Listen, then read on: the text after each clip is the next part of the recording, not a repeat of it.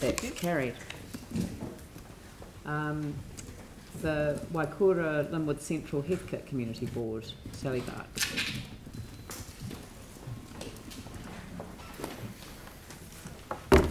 Good morning. Good morning.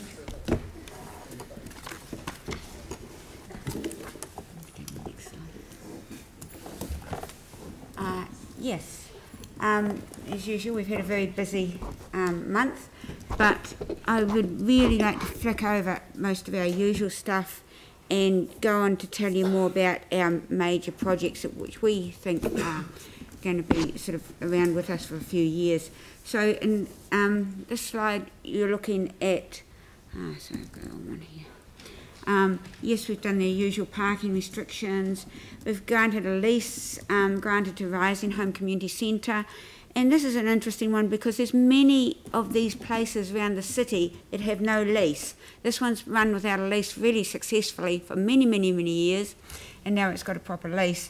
So we've actually asked from our board that we find out for all these type of community centres and places like this, which ones actually have leases and which ones don't, and should they all be having a proper lease with council, because they often are driving it themselves to have a proper lease. And an easement to convey electricity over part of the Robert McDougall Art Gallery. The next slide, youth funding, top up our youth funding account there.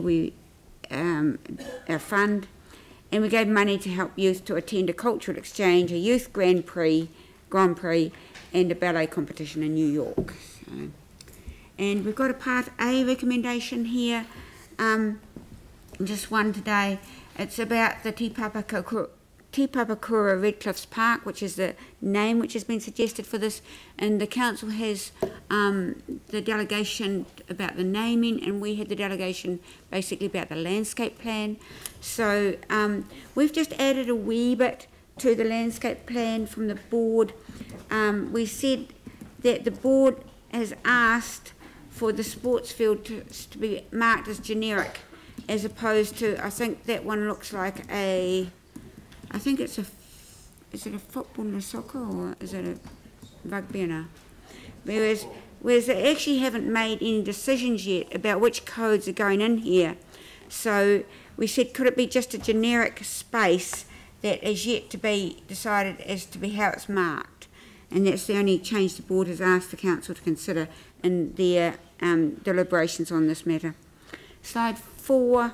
And we're looking at significant projects in our area, and of course the Littleton Harbour wastewater project is now the expressions of interest, and the contracts are going out for the actual red part that you see on that, the red line. Before it's been based basically in the Littleton Basin, now it's coming onto land and it's coming over our patch. So we actually have an interest in it now that it's coming into ours. It's a big project, this one. I'd like to dwell on this one for a wee minute to just let you know that our board's been really, really united about the most important project in our area for several years, and that's been the Linwood Pool. And now that we see that we're on track to see this come into fruition within the next few years, we've applied ourselves to thinking about what other big projects that are supported by the community and would make a huge difference as to how the east would look and feel. So we've applied ourselves to that, and we've come up with 2 major projects, and they're called, on the left-hand side of that screen you'll see them, a Pawaho to Ihutai, a Power to Estuary project, and the Greening the East project. And we have our full board support for these are our 2 main projects, and they will sit there and hopefully be worked on for many years to come. The first one I'll talk about is the Greening the East project, and that's our vision is to green and soften the concrete jungle and make the eastern streets pleasant for those who live there and for those who drive through.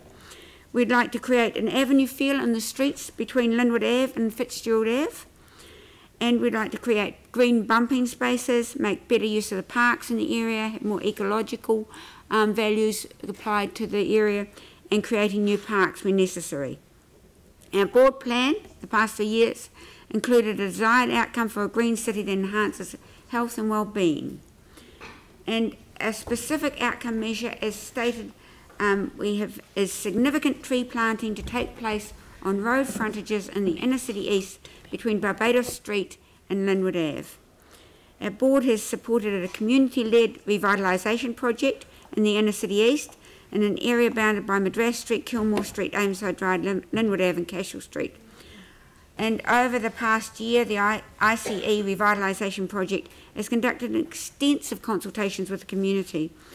And one of these was the need for more green space and more trees. So basically the community is saying what the board is saying, what the city is saying. As if you go back to our major consultation called What's the Big Idea we had soon after the earthquakes, that's what the city said. The thing that rose to the top of that was more green spaces and more trees. The purpose now for this project is to investigate and implement opportunities where there can be developments that fulfil the aspirations of the community board and the community. We have some money set aside in our DRF for this project to start on, and about 18,000 I think at this point. And on the 1st of April last year we got $10,000 from the council for this project. And in March this year the community board staff and elected members met to discuss the board's desired outcomes for the Green in the East project. Berm planting in the area bounded by Gloucester Street, Linwood Ave, Cashel Street and Fitzgerald Ave identified as the first priority. Those streets that, you know, are just pretty awful driving down. And there's also general agreement in the principle that in order for the project to be successful, it may be necessary to employ a landscape architect green planner to develop a plan and employ a project manager to ensure that the project is completed in the time available. Part of our submission to the annual plan this year will be that the $10,000 that we awarded in last year's annual plan, last year's LTP, as set aside by council, will be retained into this plan. So we can get a bit of a jump on some of these quick wins in this area. The second major project is the Apauaho to Ihutai project. And you'll be aware of the very large plan and projects that cover the mid-Heathcote River, which were developed a long time ago and are still very, and they're sitting there waiting to, many projects there still have to be implemented. This project is like a continuation of the mid-Heathcote plan, and we want to create a more holistic and joined-up approach to the issues along the lower Heathcote, which starts at the Apauaho Bridge and goes to the Ferrymead Bridge. So it's entirely consistent with our community board plan, and it's entirely consistent with what the community board have been telling us, because members of the public have attended our community board meetings and they have many, many concerns about the river, and they have a lot of suggestions for enhancing the catchment. So anyone who's walked along the Avon and the Lower Heathcote River can see huge differences between these two in terms of cleanliness, accessibility, usability and attractiveness and ecological values. Over the period of years, there's been a number of projects and initiatives undertaken on the Apauaho Heathcote River catchment, some of which are council-driven, such as cycleways implementation, land drainage and maintenance works. Others have been led by the community, including the Roy Marta Commons and planting by the Laura Kent Trust. In addition, on many occasions, there have been opportunities where the work might have been timed or planned differently to integrate these projects. So to start this project off, we're having a community workshop on the 30th of April. The purpose of the workshop is to launch the Apauaho to Ihutai project by inviting community members and staff together to develop a shared understanding of about what is already happening along the catchment, create a shared vision for the stretch for which all can feel ownership, get a process for an integrated catchment plan, and make a working party to progress the issue and identify quick wins. We have expressed our support for this project in our annual plan submission to you this year. So that's our two major projects which we have. You'll be hearing a lot about it from us in the next few years. So on slide 6 here, we held our first Edible Garden Awards on Thursday, 7th of March, and we had 25 entries from residential units and houses, schools, early childhood centres, and community gardens and businesses. Yep, and we also, on the next slide, we also have this ongoing community board matter of interest, the Bromley odours, and we had a seminar with ECAN present, and you'll be able to read on the on your report what ECAN are actually engaged in. We're hoping that the phone app that they're doing a beta testing on it at the moment, which will create a dashboard, and from this hopefully they can develop a process to engage with industry in this area, because there's lots of industries in this area which all seem to be giving out odour problems. So we're hoping that their work they'll report back to us regularly on this, and we will have some way of them actually getting to grips with this. It's always difficult because it's not because it's ECAN's delegation to look after odours, but we're the ones that get complained to. Thank you very much.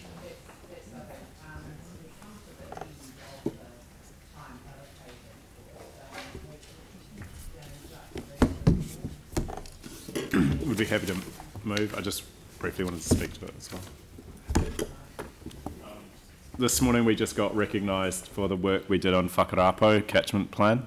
It's been my dream to get a similar process along the Heathcote in a Pāwaho. It's really, really critical.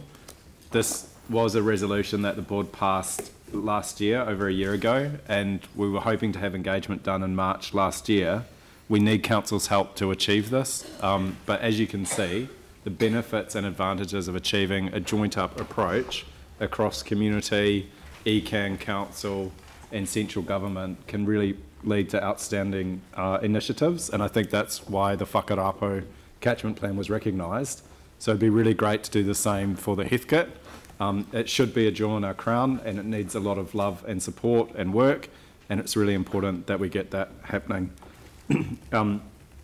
The idea was that we were actually spending a huge amount of capital money and operational money along the stretch of the river, but there was no synergy and no joint up approach, and that's really why the board has picked this up, and we've got the community meeting that's going to occur. So let's, I think, celebrate that there's a way forward.